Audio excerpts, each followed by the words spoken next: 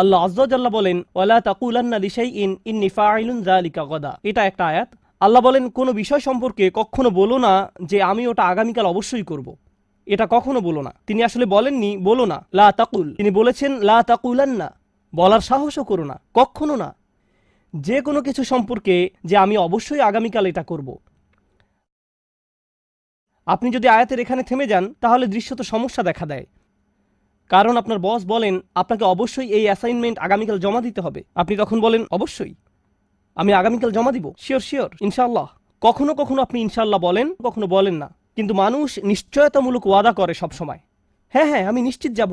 তুমি কি দাওয়াতে আসছো? হ্যাঁ হ্যাঁ আমি নিশ্চিত যাব। কিরে জুমায় যাবি তো? হ্যাঁ হ্যাঁ অবশ্যই। আমরা এইসব নিশ্চয়তামূলক কথা বলি সব সময়। পরের আয়াতে গিয়ে আল্লাহ এই বিষয়টা সম্পূর্ণ করলেন। তিনি বলেন ইল্লা আইয়াশা আল্লাহ, আল্লাহ ইচ্ছা করলে বলা ব্যতিরেকে। একমাত্র ব্যতিক্রম হলো আমার এটা করার ইচ্ছা শতভাগ যদি আল্লাহ ইচ্ছা করেন। এই জন্য মুসলিম সংস্কৃতিতে আমরা যখন ভবিষ্যৎ নিয়ে কথা বলি আমরা ইনশা আল্লাহ শব্দ ব্যবহার করি। আল্লাহ যদি চান আগামীকাল 3টায় তোমার সাথে দেখা হবে ইনশাআল্লাহ। আল্লাহ যদি সিদ্ধান্ত নেন তোমার সাথে আমার দেখা হবে না, সেটা আমার নিয়ন্ত্রণের বাইরে। আমার ইচ্ছা আছে, কিন্তু আল্লাহর পরিকল্পনা আমার পরিকল্পনা থেকে ভিন্ন হতে পারে। আমার পরিকল্পনা থেকে আমি প্রতিজ্ঞা করছি, কিন্তু যদি ঝড় শুরু হয়, ভূমিকম্প হয় অথবা গাড়ি নষ্ট হয়ে যায়, আমি জানি না। আল্লাহ যে কোনো কিছুর সিদ্ধান্ত নিতে পারেন। ভবিষ্যৎ আমার হাতে নয়, তাই আমাকে এই ইন্স্যুরেন্সের দাবিটা পরিষ্কার করে নিতে হবে এবং বলে রাখতে হবে যে এটা আল্লাহর হাতে। মুসলমানরা জানে ভবিষ্যৎ তাদের হাতে নয়। এখানে আমাদেরকে ভারসাম্যের শক্তিশালী একটা দিক সম্পর্কে বুঝতে হবে। দুর্ভাগ্যজনকভাবে মুসলমানরা যখন আমরা আল্লাহর বই থেকে দূরে সরে যাই, এমনকি আমাদের ধর্মের সুন্দর শিক্ষাগুলোকেও আমরা কুৎসিত বানিয়ে ফেলি। তাদেরকে বাহির থেকে সুন্দর মনে হয়, কিন্তু আপনি যখন আল্লাহর বইয়ের সাথে সম্পর্ক হারিয়ে ফেলেন, আপনি যখন আল্লাহ রসুল সাল্লাল্লাহু আলাইহি সাল্লামের সুন্নাহর সাথে যুক্ত না থাকেন, তখন সেই একই সুন্দর বিষয়গুলো কুৎসিত কিছুতে রূপান্তরিত হয়। আমাদের অনেকেই এই অপরাধী। তাই আমরা যখন বলি ইনশাআল্লাহ, তার মানে সম্ভবত না। আমরা এখন এটাই করি। তুমি কি আসবে? ইনশাআল্লাহ, যার অর্থ হলো আমি আসলে নিশ্চিত নই, আমি শিওর নই। তাহলে আমরা এখন ইনশাআল্লাহ ব্যবহার করি কোনো প্রতিশ্রুতি এড়ানোর জন্য। এই আয়াতগুলো প্রতিশ্রুতি এড়ানোর জন্য নয়। বস্তুত ইন্নী ফাইলুন যালিকা গাদান খুবই শক্তিশালী শব্দ সমষ্টি। আমি নিশ্চিত, আমি অবশ্যই আগামীকাল এটা করতে যাচ্ছি। গ্যারান্টি সহকারে কোনো অঙ্গীকার করা, প্রতিশ্রুতি দেয়া এবং অবশ্যই করব বলে প্রতিজ্ঞা করা মূলত কোনো সমস্যা নয়। বস্তুত আপনার তো এমনটাই করা উচিত। আপনার তো আসলেই শক্ত প্রতিশ্রুতি দেওয়া উচিত। যদি করতে না পারেন তাহলে বলে দিন যে করতে পারবেন না। বলে দিন আমি যেতে পারবো না। কিন্তু যদি কথা দেন তাহলে তাতে অটল থাকুন, দৃঢ় প্রতিজ্ঞ থাকুন। তারপর এর সাথে যোগ করে বলুন এটা একমাত্র ঘটবে না যদি আল্লাহ এমন কিছুর সিদ্ধান্ত নেন যা আমার নিয়ন্ত্রণের বাহিরে। এটাই ইল্লা আইয়াশা আল্লাহ। ইল্লা আইয়াশা আল্লাহ মানে এটা না যে আমি যদি দেরিতে উঠি তাহলে আসতে পারবো না, বা যদি আমার মুড ভালো না থাকে তখন সেটা হবে এই শক্তিশালী কথার অপব্যবহার। স্বীকার করছেন যে সব কিছু আপনার নিয়ন্ত্রণে নেই। আল্লাহ আপনাকে অঙ্গীকার করার সামর্থ্য যেমন দিয়েছেন, সেই সাথে সেই অঙ্গীকার বাস্তবায়ন করারও সামর্থ্য দিয়েছেন। আপনার যদিও কিছু সামর্থ্য আছে, কিন্তু আল্লাহ হলেন ওয়াহু আলা কুল্লি শাইইন কাদির। তিনি আপনাকে পথের মাঝখানে থামিয়ে দিতে পারেন, আপনার সকল নিয়ত, আপনার সকল ইচ্ছা থাকা সত্ত্বেও। এটা হলো ইল্লা আইয়াশা আল্লাহ। কিন্তু এরপর আল্লাহ যোগ করছেন ওয়াজকুর রব্বাকা ইযা নাসিত, তোমার রবের উল্লেখ করো, তোমার রবের উল্লেখ করো যখন ভুলে যাও। এখানে আল্লাহ বলেননি ইন নাসিত, যদি তুমি ভুলে যাও। তিনি বলেছেন যখন তুমি ভুলে যাও। এর মাঝে বিশাল পার্থক্য আছে। যদি কিছু ঘটে মানে এটা ঘটতে পারে, আবার নাও ঘটতে পারে। আর যখন ইজা নাসিত বলা হয়, আল্লাহ গ্যারান্টি দিচ্ছেন। আল্লাহ গ্যারান্টি দিতে পারেন, আমি পারি না। আল্লাহ গ্যারান্টি দিচ্ছেন আপনি এবং আমি ভুলে যাব। আমরা ভুলে যাবই যখন আমরা ভবিষ্যতের ব্যাপারে কোনো প্রতিশ্রুতি দিব, কিন্তু ইনশাআল্লাহ বলতে ভুলে যাব। আমরা মনে মনে পরিকল্পনা করব। কখনো কখনো আপনি হয়তো মুখে বলেন না। প্রসঙ্গত আরবিতে কওল বা বলা দ্বারা শুধু জিহ্বা দিয়ে বলাকে বোঝানো হয় না, এমনকি মনে মনে কিছু বলাও কওল দ্বারা বোঝানো যায়। যেমন আমরা বাংলায় বলি আমি মনে মনে বলেছি। এই চিন্তাটাও অনেক সময় আপনি এভাবে চিন্তা করেন আমি অবশ্যই এটা বা ওটা করব। এমনকি সেই চিন্তার সাথেও ইনশাআল্লাহ যুক্ত থাকা উচিত। কি সেই মনে মনে বলা কথার সাথেও মাঝে মাঝে ইনশাআল্লাহ যুক্ত থাকে না। শুধু আমার মাথায় পরিকল্পনা থাকে, এই সপ্তাহে এই কাজটা করব, পরের সপ্তাহে ওটা করব। আচ্ছা মনে থাকবে, মনে থাকবে, কিন্তু ইনশাআল্লাহর কথা আপনার মনে ছিল না, আর মনে থাকা উচিত ছিল। অনেক সময় আপনি হয়তো কারোর সাথে ফোনে কথা বলছেন আর ভবিষ্যতের কোনো ব্যাপারে ওয়াদা দিলেন, তোমার সাথে রাতের খাবারে যোগ দিব। সালামু আলাইকুম। এরপর মনে হলো, ও আমি তো ইনশাল্লাহ বলিনি। তার মানে এটা নয় যে আপনি আবার তাকে কল করে বলবেন ইনশাল্লাহ বলতে ভুলে গিয়েছিলাম, তাই এখন আবার বলছি ইনশাল্লাহ। তাকে ইনশাল্লাহ শুনতে হবে না। আল্লাহ আজ্জা ওয়া জাল্লা শুনতে চান যে আপনি এটা বলেছেন। আপনাকে শুধু আপনার রবের দিকে ফিরে বলতে হবে, অযকুর রব্বাকা ইযা নাসিত। আর তোমার রবের কথা স্মরণ করো যখন ভুলে যাও। ইল্লা আইয়াশা আল্লাহ অযকুর হু ইযা নাসিত। তার কথা মনে করো যখন ভুলে যাও। আল্লাহ এটা বলেননি, তিনি বলেছেন তোমার রবের কথা স্মরণ করো। একবার যখন আয়াতে আল্লাহর নাম ব্যবহার করা হয়েছে, ইল্লা আইয়াশা আল্লাহ, আল্লাহর নাম যখন একবার উল্লেখ করা হয়েছে, একবার কারো নাম উল্লেখ করা হলে পরের বার উল্লেখ করার সময় আমরা প্রোনাউন ব্যবহার করি। উদাহরণস্বরূপ বিষয়টা সহজে বোঝার জন্য বলছি, বলো যদি আল্লাহ ইচ্ছা করেন, আর ভুলে গেলে তার নাম স্মরণ করো। তার কথা স্মরণ করো যখন ভুলে যাও। তার শব্দটি আল্লাহর প্রতি নির্দেশ করবে, কিন্তু আল্লাহ তার শব্দটি উল্লেখ করেননি, প্রোনাউন ব্যবহার করেননি। তিনি বলেছেন রব্বাক। এখানে আসলে এই বিষয়টার প্রতি আবারও জোর দেওয়া হচ্ছে যে আপনি যেন আবারও নিজেকে পরিচয় করিয়ে দিচ্ছেন আল্লাহ আপনার প্রভু, আল্লাহ আপনার ভবিষ্যতের নিয়ন্ত্রক, তিনি আপনার রব, তিনি আপনার চূড়ান্ত মালিক। আর এই কথা কখনোই ভুলে যেতে পারবেন না। এটা আপনার উপর আল্লাহর কর্তৃত্বের অংশ যে আপনার ভবিষ্যৎ তার হাতে। তাই আল্লাহ সাধারণ নিয়মের বাহিরে গিয়ে বলেন রব্বাক ইযা নাসিত। যখন আমরা আমাদের ভবিষ্যতের কোনো ব্যাপারে প্রতিশ্রুতি দিব, এটা আসলে মূলত আল্লাহর হাতে। এখন পর্যন্ত এটা আসলে ভারসাম্য রক্ষা করার এক অসাধারণ আয়াত। একদিকে আপনি সম্ভাব্য সবচেয়ে শক্ত প্রতিজ্ঞা করছেন ইন্নী ফাইলুন যালিকা গাদা, এমনকি ইন্নী সাআফআল নয়, এটা এমনকি ক্রিয়াপদও নয়, প্রতিশ্রুতির জন্য ইসমে ফাইল ব্যবহার করা হয়েছে। আমি অবশ্যই এটা করব আগামীকাল। আবার পক্ষান্তরে আপনি সম্পূর্ণরূপে আল্লাহর উপর নির্ভরশীল। তাই সামনে এগিয়ে যাওয়ার পূর্বে এই ভারসাম্য নিয়ে কিছু কথা বলা যাক। এই দুনিয়ায় এমন অনেক মানুষের সন্ধান পাবেন যারা মনে করে নিজের যোগ্যতার কারণে তারা সবকিছু করতে পারবে। আমি আসলেই বুদ্ধিমান, আমার খুবই নির্ভরযোগ্য একটা গাড়ি আছে, আমি আসলেই ভালো ড্রাইভার, আমি সেখানে যাওয়ার সেরা পথটাই চিনি, আমি আমি আমি সকল নির্ভরতা আমার নিজের উপর। আমার সফল একটি ব্যবসা আছে কারণ আমার ব্যবসার পরিকল্পনাটা খুবই ভালো। আমি ভালো চাকরি করি কারণ আমি সেরা স্কুলে পড়েছি, ভালো জিপিএ পেয়েছি, আমার ভালো রিজিউমি আছে। তো সকল নির্ভরতা নিজের উপর, শত শত মিলিয়ন ডলারের একটা ইন্ডাস্ট্রি আছে, আর সেটা হলো মোটিভেশন ইন্ডাস্ট্রি, যার শুরু এবং শেষ হলো যে কোনো কিছু করা সম্ভব। তুমি অসাধারণ, তুমি যে আসলে কতটা ক্ষমতাবান তা তুমি নিজেও জানো না। মানুষ হাজার হাজার টাকা দেয় এসব কথা শোনার জন্য। তোমার নিজের দাঁত তুমি নিজেই মাজতে পারো, তোমার নিজের ভ্রমণ তুমি নিজেই করতে পারো, যেটাই হোক। এসব শুনে তারা বেশ অনুপ্রাণিত হয়ে ওঠে, কারণ তারা আত্মশক্তির উপর জোর দেয়, যার কিছুটা বৈধতা আছে। আবার অন্য আরেক প্রান্তের মানুষেরা বলে আমার দ্বারা কিছুই করা সম্ভব নয়, আমি শুধু একজন মিসকিন, আমি শুধু আল্লাহর একজন বান্দা, আমার কি বা মূল্য আছে, আমার দাম তো অমুকের জুতার ধুলোর সমানও নয়, আমি কিছুই না, আমি তুরাবের তৈরি, আমাকে নুতফা থেকে বানানো হয়েছে, আল্লাহ যেমন বলেছেন অধম নগণ্য এক সৃষ্টি, তাই আমি আসলে কিছুই করার সামর্থ্য রাখি না। এদের আত্মবিশ্বাস বলতে কিছুই নেই। এরা বলে আল্লাহ সব করেন, আমি কিছুই করি না। এদের শেষ পরিণতি কি হয় জানেন? এরা জীবনে কিছুই করে না। জীবনে ভালো কিছু যখন হয় না, তারা বলে আল্লাহ সিদ্ধান্ত নিয়েছেন। তারা সব কিছুর জন্য আল্লাহকে দোষ দেয়। তাহলে দেখা যাচ্ছে একদিকে এমন ধরনের মানুষ রয়েছে যারা কোনো কিছুর জন্যই আল্লাহর উপর নির্ভর করে না, আবার অন্য চরম প্রান্তের মানুষেরা সম্পূর্ণরূপে আল্লাহর উপর নির্ভর করে আর নিজেরা কোনো চেষ্টাই করে না। এই আয়াতটি হলো ভারসাম্যের আয়াত। তোমার নিজেকে প্রতিজ্ঞা করতে হবে, তোমাকে পদক্ষেপ নিতে হবে, ইন্নী ফাইলুন যালিকা গাদা। আবার একই সঙ্গে আপনাকে বুঝতে হবে যে আপনার প্রতিজ্ঞা, আপনার কাজ এবং আপনার সামর্থ্য সবই আপনার মালিকের হাতে। তিনি আপনাকে এটা তখনই দান করবেন যখন আপনি এটা চেষ্টা করবেন, প্রচেষ্টার শতভাগ ঢেলে দিবেন। কখনো কখনো আপনার পরিকল্পনা এবং আল্লাহর পরিকল্পনা একই রকম হয়।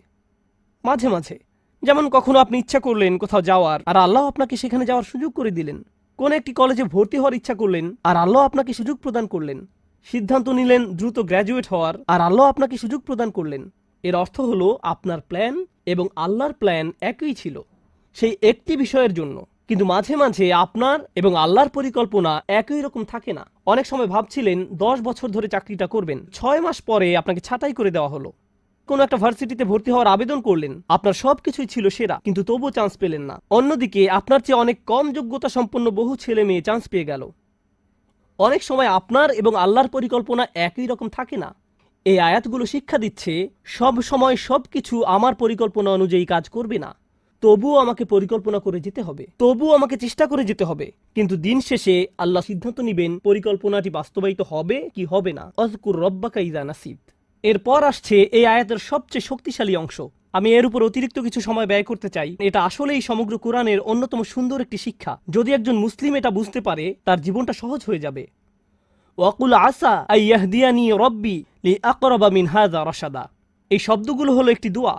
দোয়ার চেয়েও এটা আশায় পরিপূর্ণ একটি বিবৃতি। চলুন এই দৃষ্টিকোণ থেকে এর সাথে পরিচিত হই। আপনি ভবিষ্যৎ নিয়ে চিন্তা করছেন, শুধু আসা শব্দটি ব্যবহৃত হওয়ার দরুন। তারাজ্জি, আরবিতে যাকে বলা হয় হরফুত তারাজ্জি বা ফিআলুত তারাজ্জি, এমন ক্রিয়াপদ যা আশা প্রকাশে ব্যবহার করা হয়। আল্লাহ আমাদের এই আয়াতে শেখাচ্ছেন মুসলিমকে অবশ্যই ভবিষ্যতের ব্যাপারে আশাবাদী হতে হবে। কোরআনের প্রতি আমাদের ঈমান ভবিষ্যতের ব্যাপারে আমাদেরকে আশাবাদী করে তোলে। আমি পরোয়া করি না খবরে কি আসে, আমি পরোয়া করি না গতকাল কি ঘটেছে, এর আগের দিন বা এর আগের দিন কি ঘটেছে। আমি মুসলমানদের এমন গ্রুপের অন্তর্ভুক্ত হব না যারা বসে বসে বলে উম্মার পরিস্থিতি দিন দিন শুধু খারাপ থেকে আরো খারাপ হচ্ছে, ও আল্লাহ, আর সামনের পরিস্থিতি শুধু আরো খারাপ হবে, সামনে আরেকটা ট্র্যাজেডি আসছে, আমি গ্যারান্টি দিচ্ছি, দেখো কি ঘটে। তুমি মনে করেছো 9/11 খারাপ ছিল, কিছুই না, ওটা আসলে কিছুই না। ও মাই গড, দেখো এখন উম্মার কি অবস্থা হয় এবং দেখো তারপর কি হয়। এই মনোভাব সরাসরি কোরআনের আয়াতটির বিরোধী, শুধু আশা শব্দটির কারণে। আপনার তো এই আশায় বুক বাঁধার কথা যে আল্লাহ পরিস্থিতি উন্নত করে দিবেন আপনার নিজের জন্য, চারপাশের মানুষের জন্য, মানবতার জন্য। আপনার তো এই দৃষ্টিভঙ্গি থাকার কথা। তারপর তিনি বলেন, আর নিজের ভবিষ্যতের ব্যাপারে কি বলবেন? আসা আইয়াহদিয়ানি রব্বি, সম্ভবত আমার রব আমাকে পথ দেখাবেন। নিজের ভবিষ্যতের জন্য সবচেয়ে আশাবাদী কোন জিনিসটি আপনি পেতে পারেন? সবাই ভালো চাকরি চায়, ভালো অর্থনৈতিক অবস্থা চায়, ভালো পারিবারিক অবস্থা চায়, সুস্বাস্থ্য চায়। আমরা এগুলো সব চাই, কিন্তু জানেন সবচেয়ে মৌলিক যে জিনিসটি আমার আপনার প্রয়োজন, যা অক্সিজেনের চেয়েও বেশি মূল্যবান, তা হলো আল্লাহর হেদায়েত। একবার এটা পেয়ে গেলে সবকিছু ঠিক হয়ে যাবে, কিন্তু হেদায়েত না পেলে আপনার আসলে কিছুই নেই। এই আয়াত আশাবাদী করে তোলে যে আল্লাহ আমাকে পথ দেখাবেন। আসা আইয়াহদিয়ানি রব্বি, আমার প্রভু আমাকে পথ নির্দেশনা দান করবেন, তিনি আমাকে ভুলে যাবেন না। ভবিষ্যতের জন্য ওয়াদা দেওয়ার সময় আমি তার স্মরণ করব, তাহলে তিনিও ভবিষ্যতে আমাকে স্মরণ করবেন। ইনশাআল্লাহ বলার মাধ্যমে আমি তাকে স্মরণ করলাম, যখন ভবিষ্যতের কথা আসে তিনিও আমাকে স্মরণ করবেন। ফাজকুরুনি আযকুরকুম, সুতরাং তোমরা আমাকে স্মরণ করো, আমিও তোমাদের স্মরণ করব। এখন আল্লাহ আপনাকে হেদায়েতের গ্যারান্টি দিচ্ছেন। আবার বলছি, এখানে মুসলমানদের বোঝার জন্য খুবই গুরুত্বপূর্ণ একটি ব্যাপার রয়েছে। সারা পৃথিবী জুড়ে বহু মানুষের মাঝে, আল্লাহিল আযীম, এই গ্রহের যেই প্রান্তে যান না কেন, মানুষের একই ধরনের বিভ্রান্তি, একই প্রশ্ন বারবার। আর সবচেয়ে কমন যেই প্রশ্নটি আমি শুনি, মানুষ বলে ইসলামের এত বেশি দলমত রয়েছে, কোরআনের ব্যাখ্যায় এত বেশি ভিডিও পাওয়া যায়, বা হাদিসের ব্যাখ্যায় কেউ এটা বিশ্বাস করে, কেউ ওটা বিশ্বাস করে। এই হুজুর অমুক ফতোয়া দেয়, ওই হুজুর তমুক ফতোয়া দেয়, আমি কি এই হুজুরকে মানবো নাকি ওই হুজুরকে মানবো? কেউ বলে এটা হালাল, কেউ বলে এটা হারাম, কিছুই জানি না, সবকিছুই বিভ্রান্তিকর। এত বেশি দল, আমি কিভাবে হেদায়েত পাবো? কিভাবে আমি জানবো যে আমি সঠিক বিষয়টা অনুসরণ করছি? কিভাবে জানবো? আমার পক্ষে তো এত বেশি তথ্য প্রসেস করা সম্ভব নয়। আর আমি এর সাথে একমত। আমরা এখন মাত্রাতিরিক্ত তথ্যের যুগে বাস করছি। প্রতিনিয়ত এত বেশি মত আর পথের সাথে পরিচিত হচ্ছি, এমনকি ইসলামের ভেতরেও। এই হলের ভেতরে বসা শ্রোতাদের দিকে লক্ষ্য করুন। যদিও আমরা একই এলাকার, আপনি যেভাবে ইসলাম শিখেছেন তা আপনার পাশের জন থেকে খুবই আলাদা। যেসব শিক্ষক আপনি পেয়েছেন, যেসব মানুষের সঙ্গ লাভ করেছেন, যে স্কুলগুলোতে শিখেছেন, তা আপনার পাশের জনের থেকে একেবারেই ভিন্ন। তাই কোনো ব্যক্তি সহজেই বিভ্রান্ত হয়ে পড়তে পারে যে কিভাবে আমি বুঝবো যে আমি সঠিক ইসলাম অনুসরণ করছি। আর এই আয়াত হলো তার জবাব।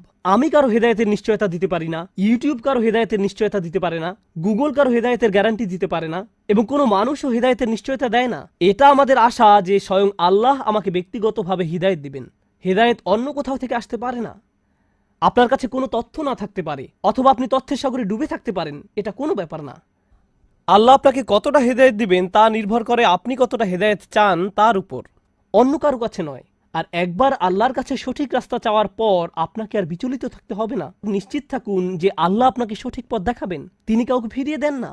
আল্লাহর কাছ থেকে হেদায়েত পাওয়া কঠিন নয়, এটা কঠিন নয়। আল্লাহ হেদায়েতের পথ খোলা রেখেছেন যারা চায় তাদের জন্য। আমাদেরকে শুধু সেসব মানুষের অন্তর্ভুক্ত হতে হবে, শুধু এইটুকুই। এই আয়াতটি সূরাতুল কাহফের অন্তর্গত। এর প্রমাণ হিসেবে সূরা কাহফ নিয়ে কথা বলে শেষ করতে পারবো না এই খুতবায়। এই গুহার অধিবাসীরা, যাদের কথা আমরা প্রতি শুক্রবার পড়ে থাকি, এই মানুষগুলোর আশেপাশে কোনো নবী ছিল না, কোনো আলেম ছিল না, কোনো শায়েখ ছিল না, কোনো সাহাবী ছিল না। নিজেদের জন্য তারা নিজেরাই ছিলেন। আর তারা এমন এক এলাকায় বাস করতেন যেখানে সবাই মূর্তি পূজা করত। আর তারা একটি উপসংহারে পৌঁছেছেন, সৃষ্টিকর্তা শুধু একজন, আমরা এগুলোর উপাসনা করতে পারি না। লান্নাদউ মিন দুনিহি ইলাহান। আর এতটুকুর কারণেই আল্লাহ তাদেরকে হিদায়াত দিলেন। অন্য কোনো জ্ঞান না থাকা সত্ত্বেও, কোনো ওহী তাদের কাছে ছিল না। আল্লাহ তাদেরকে হিদায়াত দেওয়ার জন্য এতটুকুই যথেষ্ট ছিল। আর তিনি তাদেরকে এত বেশি হিদায়াত দান করলেন যে আজকের দিনে যারা বছরের পর বছর ধরে দ্বীনের জ্ঞান অর্জন করে, তারা এই যুবকদের কাহিনী অধ্যয়ন করে। কারণ এই যুবকরা আল্লাহর হিদায়াত পেয়েছিল, কারণ আল্লাহ তাদেরকে পথ দেখিয়েছিলেন। আপনার পরিস্থিতি যত অন্ধকারচ্ছন্নই হোক না কেন, আপনার যদি আল্লাহর উপর আশা থাকে, এটাই যথেষ্ট। আসা আইয়াহদিয়ানি রব্বি লিআকরাবা মিন হাযা রাশাদা। এখন আসছে সর্বশেষ এবং এই বিবৃতির সবচেয়ে সুন্দর অংশ। সম্ভবত আল্লাহ আমাকে পথ দেখাবেন। পথ দেখাবেন কোথায়? কোন দিকে পথ প্রদর্শন করবেন? লিআকরাবা মিন হাযা রাশাদা।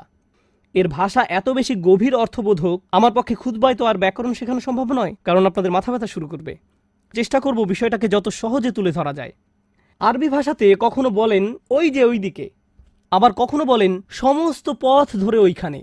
যখন বলেন সমস্ত পথ ধরে ওইখানে, অর্থাৎ আর গন্তব্য পর্যন্ত পথ দেখিয়ে যাব। আর যদি বলেন ওই যে ওইদিকে, এর মানে হলো প্রথমে এখানে, তারপর ওখানে, তারপর ওখানে। কিন্তু যদি বলি সমস্ত পথ ধরে ওইখানে, এর মানে ওইখানেই আপনাকে যেতে হবে, এরপর আর কোথাও আপনাকে যেতে হবে না। যখন লাম ব্যবহার করা হয়, আসা আইয়াহদিয়ানি রব্বি লি আকরাবা, এই লাম ইঙ্গিত করে এটা হলো আল মুনতাহা। এর চেয়ে উচ্চতর আর কিছু চাওয়ার নেই এই দুনিয়ায়। এটা যদি পেয়ে যাও, শ্রেষ্ঠ আর কিছু পাওয়ার নেই। যদি ইলা শব্দটি ব্যবহার করা হতো, অর্থ হতো তোমাকে প্রথমে ওইখানে যেতে হবে, তারপর অন্য কিছুর উদ্দেশ্যে। সুতরাং এই আয়াতে আমি আপনি এমন কিছু প্রার্থনা করছি, এমন কিছু চাচ্ছি যার চেয়ে উত্তম আর কিছু নেই। এটাই চূড়ান্ত সমাপ্তি। এখন সেই চূড়ান্ত সমাপ্তিটি কি? লিআকরাবা মিন হাযা, এটার চেয়ে নিকটবর্তী। আমি আশা করছি আল্লাহ আমাকে পথ দেখাবেন এটার চেয়ে চূড়ান্ত সমাপ্তির আরো নিকটে। এটা বলতে কি বোঝানো হয়েছে? এখন আমি যে অবস্থায় আছি, চলুন বোঝার চেষ্টা করি এখানে আসলে কি বোঝানো হচ্ছে। আমাদের সবার আলহামদুলিল্লাহ সুম্মা আলহামদুলিল্লাহ কোনো না কোনো মাত্রায় হেদায়েত রয়েছে। আমরা যে শুক্রবারে আল্লাহর ঘরে একত্রিত হয়েছি, এটা প্রমাণ করে যে আল্লাহ আমাদের সবাইকে কোনো না কোনো মাত্রায় হেদায়েত দিয়েছেন। কাউকে তিনি বেশি হেদায়েত দিয়েছেন, আবার কাউকে কম হেদায়েত দিয়েছেন। সালাতে কারো মনোযোগ বেশি থাকে, আবার কারো কম মনোযোগ থাকে। আমরা সবাই একই পর্যায়ে নেই, এটা সত্য। কিন্তু জানেন এই দোয়া আমাদের কি শেখাচ্ছে? আমার চূড়ান্ত লক্ষ্য হলো আমাকে আল্লাহর আরো নিকটবর্তী হতে হবে। আমি এখানে এজন্য আসিনি যে নিজেকে অন্য একজনের সাথে তুলনা করব। আমি এখানে এসেছি শুধু নিজের আজকের অবস্থানের সাথে নিজেকে তুলনা করতে।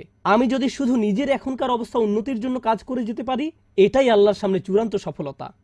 এর চেয়ে চূড়ান্ত কোনো সফলতা নেই। আপনি কোনোদিন নিখুঁত হবেন না, আমিও কোনোদিন নিখুঁত হতে পারবো না। আমরা যা করতে পারি তা হলো আরেকটু ভালো হওয়া, এরপর আরেকটু ভালো, এরপর আরেকটু ভালো। শুধু দিন দিন ক্রমাগত উন্নতির চেষ্টা করুন। যদি কেউ এভাবে আল্লাহর নিকটবর্তী হওয়ার চেষ্টায় রত থেকে মারা যায়, সে সফল। অনেক মানুষ কি করে জানেন? তারা অন্যদের সাথে নিজের তুলনা করে। আহা, সে তো পুরো কুরআন মুখস্থ করে ফেলেছে, দেখো কি সুন্দর তার তেলাওয়াত, সে প্রতিদিন মসজিদে যায়, আজানের পূর্বে এসে উপস্থিত হয়, সে যে আল্লাহর কত ইবাদত করে, সে কত বেশি জানে, সে আরবি জানে, তাফসির জানে, এটা জানে, ওটা জানে। তারা মুসলিম হিসেবে আমার চেয়ে কত উত্তম পোশাক পরে। নিজেকে অন্যের সাথে তুলনা করবেন না। আল্লাহ আপনার কাছে এটা চান না। আল্লাহ আপনাকে অন্যের পাশে রেখে তুলনা করবেন না। তিনি তো আপনাকে এমনকি দুনিয়াতে অন্যের সাথে তুলনা করতে চান না। আর আখিরাতের কথা বাদই দিলাম। ওয়ালা তাতামান্নাউ মা ফাদ্দালাল্লাহু বিহি বা'দুকুম আলা বা'দ। অন্য মানুষদেরকে যা দেওয়া হয়েছে তার আকাঙ্ক্ষা করো না, নিজের প্রতি এমন অন্যায় করো না। তাহলে আমরা কি শিখছি? উদাহরণস্বরূপ আমরা শিখছি, আপনি আজকে কোরআন তেলাওয়াত শেখা শুরু করলেন, আপনার বয়স হয়ে গেছে ৩৫। ৩০ বছর যাবত বইটা খুলেও দেখেননি।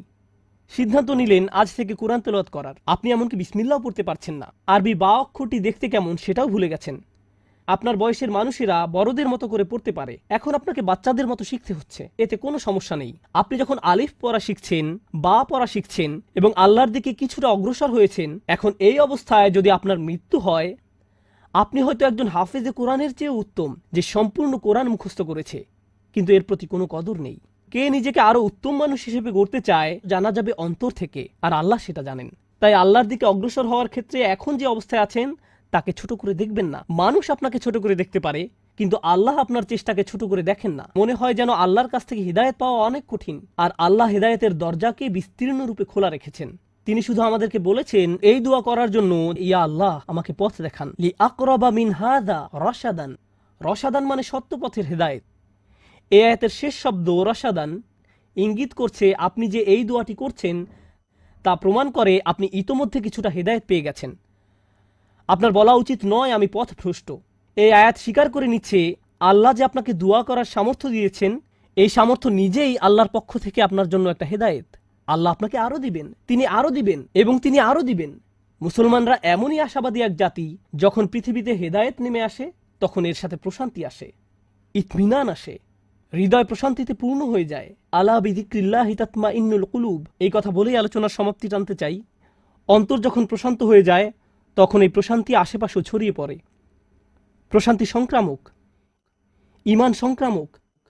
পরিবারের ভেতর শান্তি ছড়িয়ে পড়ে, বন্ধু বান্ধবদের মাঝে শান্তি ছড়িয়ে পড়ে, সমাজে শান্তি ছড়িয়ে পড়ে যখন হিদায়েত আসে। পৃথিবীর সমস্যা যদি হয় সংঘর্ষ ও ঘৃণা, পৃথিবীর সমস্যা যদি হয় যুদ্ধ, তখন এর সমাধান রাজনৈতিক পলিসিতে নয়, আরও যুদ্ধাস্ত্র হয়। এটা সমাধান নয়, অর্থনৈতিক নিষেধাজ্ঞাও নয়।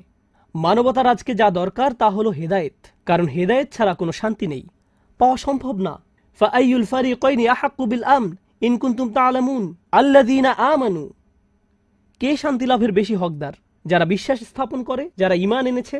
ঠিক এটাই আমরা আল্লাহ আজ্জা জাল্লার কাছে প্রার্থনা করছি। যখন আপনি এবং আমি এই দুনিয়াতে শান্তির জন্য দোয়া করি, মুসলিম দেশগুলোতে শান্তির জন্য দোয়া করি, তখন আসলে আমরা সরাসরি আল্লাহর কাছে দোয়া করছি আমাদের নিজেদের জন্য এবং আমাদের চারপাশের দুনিয়ার জন্য আরো বেশি হেদায়েত। আল্লাহ আজ্জা জাল্লা আমাদের সবার হেদায়েত বাড়িয়ে দিন এবং আমাদেরকে সেসব মানুষের অন্তর্ভুক্ত করুন যারা তাদের ভবিষ্যতের ব্যাপারে আশাবাদী, সন্তানদের ভবিষ্যতের ব্যাপারে, উম্মার ভবিষ্যতের ব্যাপারে এবং সমগ্র বিশ্বের ব্যাপারে। আমাদেরকেই চিন্তা করতে হবে, শুধু আমাদের উম্মার জন্য নয়, গোটা দুনিয়ার জন্য। আমরা ইব্রাহিম আলাইহিসসালামের মিল্লাত, ইব্রাহিম আলাইহিসসালাম সমগ্র মানবতার জন্য উদ্বিগ্ন থাকতেন। আমরা এমন একটি উত্তরাধিকার পেয়েছি। আল্লাহ আজ্জা জাল্লা আমাদেরকে তেমন মানুষে পরিণত করুন, আমাদের ভবিষ্যৎ প্রজন্মকে এমন করে গড়ে তুলুন যারা কোরআন সুন্নাহর আলোকে জীবনযাপনের জলজান্ত উদাহরণ হবে।